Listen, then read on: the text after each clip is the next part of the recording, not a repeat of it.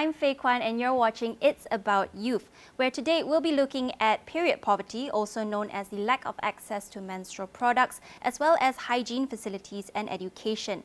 Now, it's a topic that has garnered some attention in the past month, but is in fact a long-standing issue affecting girls and women across Malaysia. Now, period poverty is also seen as a global problem, and it's estimated that some 500 million people lack access to menstrual products, as well as clean and safe private spaces. That's according to the World Bank Group. But here to discuss this further, we have with us Jernell Tan, the Information and Communications Officer at the All Women's Action Society, AWAM, as well as Nursyuhaidah Razak, the Campaign Manager of Peduli Merah. Thank you for joining us on the show. Now, to start off, period poverty was highlighted a little bit during the peak of the COVID-19 pandemic, but we know that this has existed even before that. So, Jernell, based on AWAM's experience on the ground, what's the true extent of period poverty in Malaysia? So, especially during the pandemic, AWAM's role with regards to period poverty has primarily been a point of referral by basically certain individuals who come to us via our helpline asking for pads, for instance, and basically refer them to other NGOs, for example, like Bulan Sisters, who actually carried out pad distribution efforts on the ground. That's one. On the other hand, we were also approached by certain individuals. For example, if I'm not mistaken, the Adun of Kampung Tungku, be it for pad distribution efforts in general or in relation to certain crises, for example, the floods in Pahang, if I'm not mistaken, in 2021. So we did pull out some funds to actually buy sanitary pads and distribute them, basically pass them on to YB. So these were instances of pad distribution efforts that AWAM was engaged in. But otherwise, with regards to the true extent of period poverty, I've personally come across quite a few statistics done by certain stakeholders throughout the last 2 years. I would say one of the most significant studies conducted independently was actually by Kotex. I'm not sure if you've heard about this, but it was about period stigma. And if you were to look at the statistics actually published by Kotex, I think it was last year, in collaboration with WAO, a number of girls actually chose to skip schools 1 to 3 days monthly because of menstruation. That's one.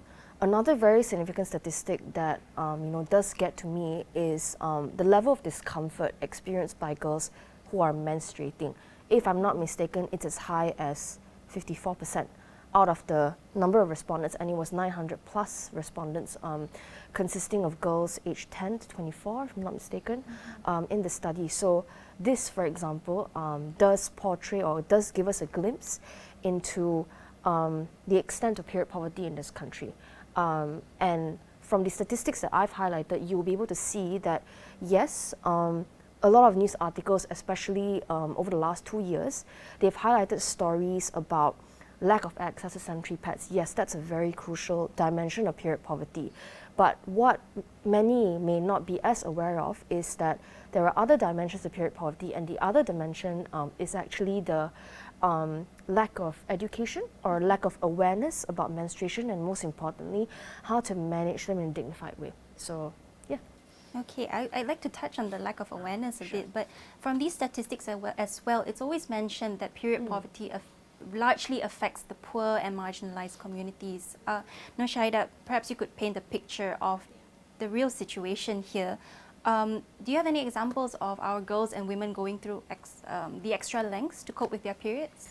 Yeah, basically when we talk about period poverty, it's not only affecting B40 women or marginalized communities, but also to urban poor, because during pandemic COVID-19, where people lost their jobs and M40 moved down to B40, so people had to choose between healthy food or menstrual products.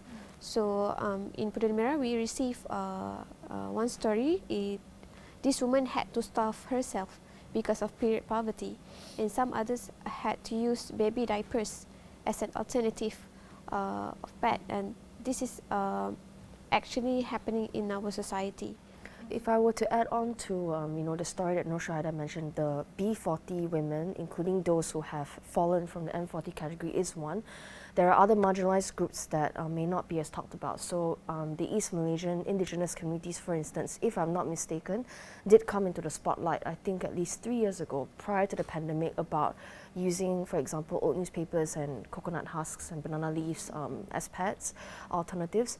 We also cannot forget the Orang Asli women and girls who may not, as per one of the dimensions highlighted by Nursyuhaidah earlier, lack of access to wash facilities even, to manage their menstruation.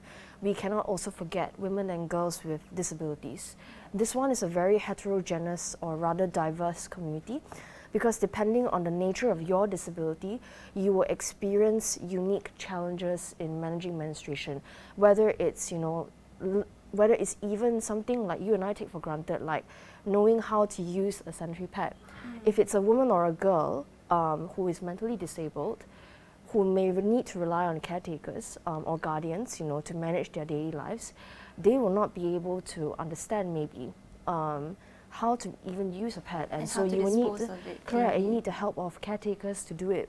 So that's just an instance. So it's a lot. It's, as you can see, different women and girls from all walks of life would have different needs, and so period poverty is a very important issue to address, and you need a lot of understanding of what happens on the ground. Yeah, it spans different communities from different states, from different areas. And Nursyuhaidah, when you mention how women have to choose between food or sanitary pads, and during the pandemic, we know if people weren't able to work, and if they weren't able to put food on the table, it also means they weren't able to buy sanitary pads. So as women now, we understand that sanitary pads are a basic monthly necessity. But what would you say are some of the biggest misunderstandings or barriers when it comes to tackling period poverty? Maybe Jernell, we start with you. Sure. So I think one thing is, yes, you can see initiatives now being carried out by government even, to try to address this issue. But what's missing is actually the lack of national systematic data. As per the stories that we see in the news, and even independent data by certain stakeholders, that's just independent. That's just a glimpse into certain populations. But we don't exactly have a big picture of the true prevalence of period poverty in all its dimensions, all 3 to 4 of its dimensions in this country. So without this data, how would the government even be able to develop responsive interventions to address not just the majority of women and girls in this country who are able-bodied, for instance, but what about the other marginalized groups? So that's one. Another factor that I'd like to highlight would definitely be the overall stigma when it comes to sexual and reproductive health of women, because, I mean, we've all gone through this, right, when we were in high school. Like, menarche, or rather the onset of menstruation, is one of the signs that's part of puberty, right? And, like, other signs come along as well. For example, the appearance of breasts, wider hips, and etc. And the reaction that we get from various stakeholders, around us, how we are treated, when we reach puberty, the conversations that we can or cannot have about these things, these indirectly will shape and in fact perpetuate stigma towards periods. If women and girls can't feel empowered about their bodies, if low self-esteem, if fear due to increased vulnerability of experiencing gender-based violence, if that's still going to be the norm, we will still have a long way to go when it comes to like normalizing periods in a positive manner. I will pass on to Nursyuhaidah. It is important to have open discussions about our periods then, and the changes that our bodies face as a result of puberty. But what about you, Nursyuhaidah? What do you think? What are some of the barriers when it comes to tackling period poverty? Yeah, I think as a woman we have what we call as monthly bleeding, right? So most women bleed every 25 days up to 45 days, and in the first place, we should acknowledge that every woman have different experiences, and menstrual cycle is different for each woman. And of course, most public doesn't know that not all women menstruate. For example, like women who have a medical condition, which is called PCOS, adenomyosis, MRK syndrome, they cannot menstruating at all, and also trans men and non-binary folks can menstruate too. So I think because of the stigma, we tend to forget that to address their their menstrual health in terms of their perspective. About the conditions that Nursyuhaidah has actually implied and you have also brought up, for instance, endometriosis. To make it clearer, polycystic ovarian syndrome. So these are examples of medical conditions where women experience either very heavy menstruation or very abnormal menstrual cycles. So, and not to mention, if you look at the government's agenda, like over the last, I can't remember how many years, the historical focus has been on just two conditions, if I'm not mistaken, cervical cancer and breast cancer.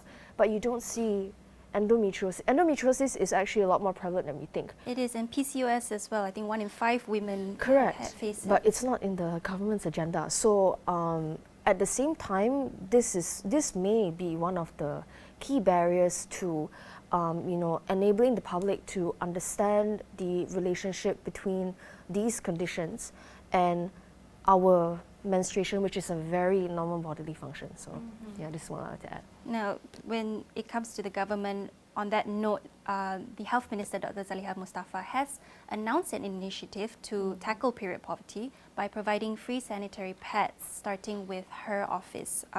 What do you make of this? Is it the right first step, Shaida?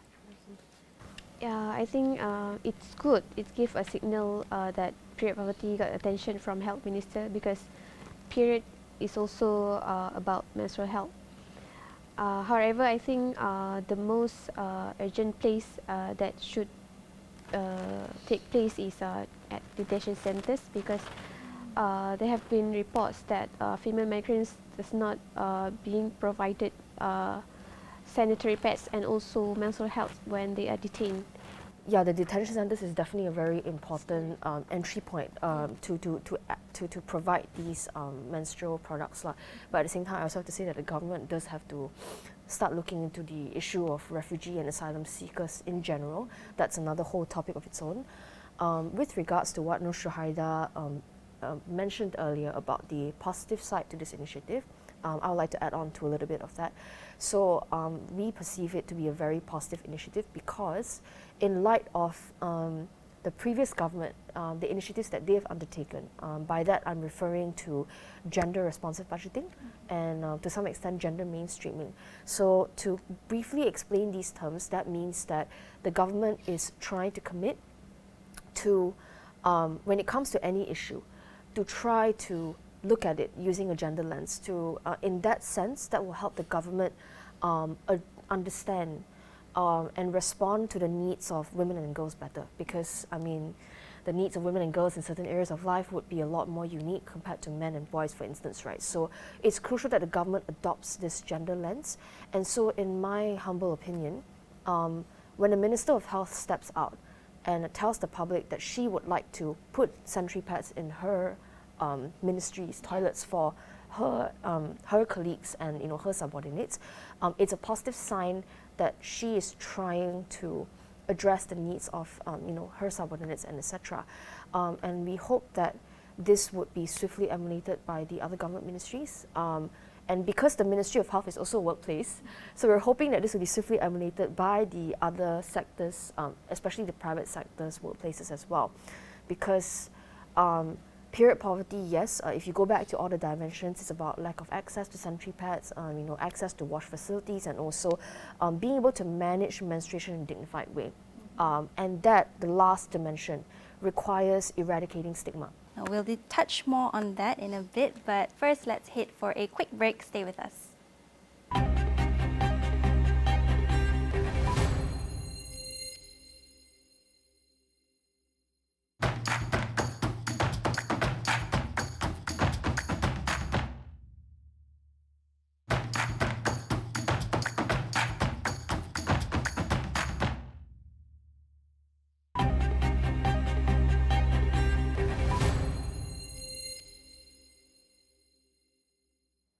Welcome back to It's About Youth, where today we are discussing the topic of period poverty with Jernell Tan from AWAM, as well as Nursyuhaidah Razak from Peduli Merah. Now, previously we touched on the extent of period poverty in Malaysia, as well as the barriers and stigma surrounding this issue.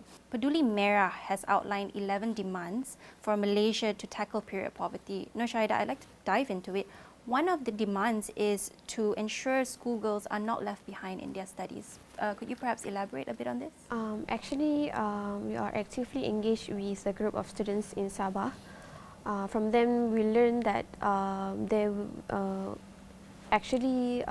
these students wear clothes when they are in periods at home, but when they go to school, they will wear disposable pads. However, when they run out of disposable pad, they won't go to school. Yeah, and we know that when the students are left behind in their studies, they will lead to social problems such as underage marriage and domestic violence, and also forced into labor work. So this is actually happening in our society.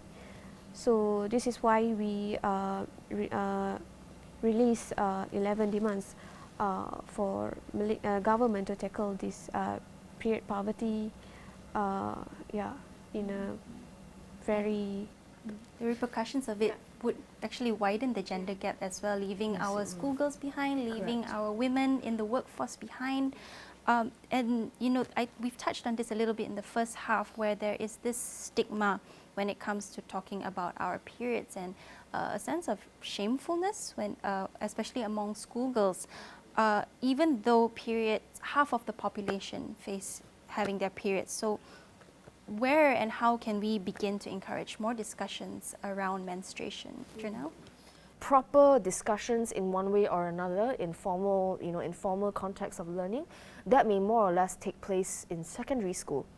So you can see this gap, like some girls may even have a good 2 to 3 years of period before they actually start getting more formally exposed to this topic in school. So in that sense, you will see that conversations between parents and children will be a very important window for, to normalize periods and to increase awareness of girls towards this very, very important bodily function. So in that sense, what I would definitely suggest would be very small tips on how parents can broach this topic with their children. So one thing, for example, right, like this is just personal experience as well. I'm pretty sure you guys experience this. You know how we use very, very euphemisms or different, very indirect terminologies to describe periods. Yes. Like in this case in Mandarin, it would be, to translate, it would be big auntie or something. I don't know what the other terms are, but this is how we use to imply periods. When you use something like a euphemism to describe periods, essentially you're perpetuating stigma. It's something small, but it basically perpetuates this perception that, period is not something that we can talk about in open daylight, we must go through the back. This does not help at all. So doing something as simple as this can go a long way in helping to create a society that's more period friendly. Another one that I would say is, with regards to parents and children, is how you behave when you actually interact with your child. For example, are you laughing? Are you nervous? Because that, for a child, they're actually quite quick to learn. When they perceive bodily cues like this, they're actually going to perceive that, this is not something that's actually comfortable talking about. So it's important that when talking about this issue with your children, parents should, have this calm and composed, like a demeanor, and try to engage as constructively as possible with questions that the child may have. It doesn't matter whether it's a boy or a girl who actually has these questions. In fact, it's important that a boy understands about periods as well. So starting them young and educating them young about our periods. What do you think, Nursyuhaidah? What can we do to encourage better, more open conversations about our periods? I think I agree with Jernell, and it must begin in schools, because in schools we know that menstrual health and sexual education is also part of the curriculum, but some teachers might do skip the topic because it's deemed as taboo. Yeah, and this topic also becomes sexualized in a way, inappropriate jokes or sexist remarks. So I think to break that stigma, teachers, the whole education system, where educators, administrators, and also counselors should have trainings and also guidelines to be more empathized and become safe place for the students, because we know that some students, not all students have privilege at home to learn about their periods, so they really rely on the on teachers in schools. So yeah, the teachers should have awareness to not just only think that the students, because the thing is they think that periods just natural biological condition that the student will know naturally, but it's not. Something that needs to be taught as well. Correct. For the teachers to have courage. Yeah, it's courage, normalizing. this sensitivity. The sensitivity is very important. Ensuring that the work doesn't just start at home but also in Correct. schools. Yes. Now, moving on, the Selangor state government has allocated 200,000 ringgit as an initiative to tackle period poverty. This involves awareness campaigns, which we have discussed is very important, and also the provision of free sanitary pads. This makes it the first state to introduce such an initiative, but should we be seeing something on a national scale perhaps? I know Budget 2022 had an allocation of funds to provide sanitary pads to some 130,000 teenagers from the B40 group. What about Budget 2023? Jernell? Sure. So with regards to the Budget 2022 initiative, and I would also like to highlight that, if I'm not mistaken, the previous Deputy Minister of Women, Family and Community Development did bring up a certain awareness programs being conducted to, I think, the same 130,000 adolescent girls. But the thing is, we knew next to nothing about the impact of these initiatives. No other follow-up or monitoring?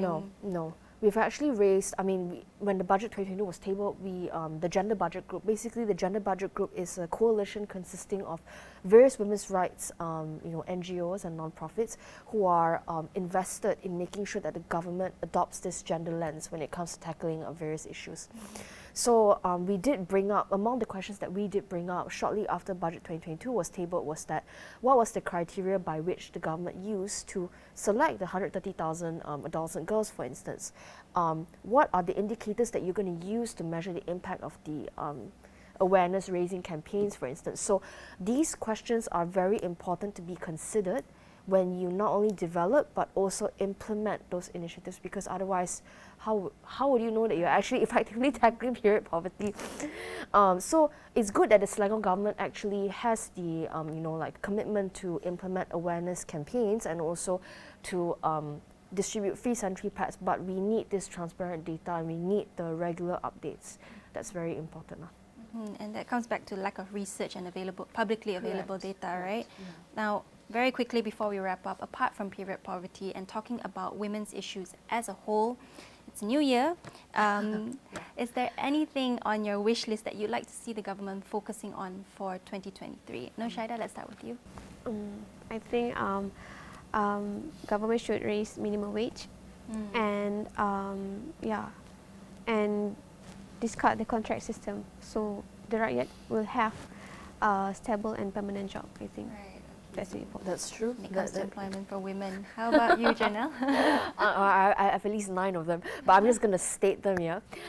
So for other non-period poverty related wish list, goals that I hope would be seen through would be 1, improve gender sensitivity in law enforcement. That will really go a long way in tackling gender-based violence.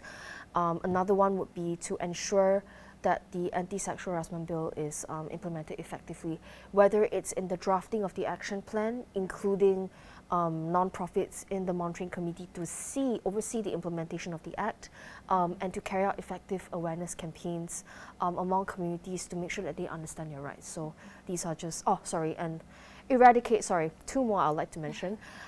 Tackle child marriage by engaging with state religious departments. That's very important.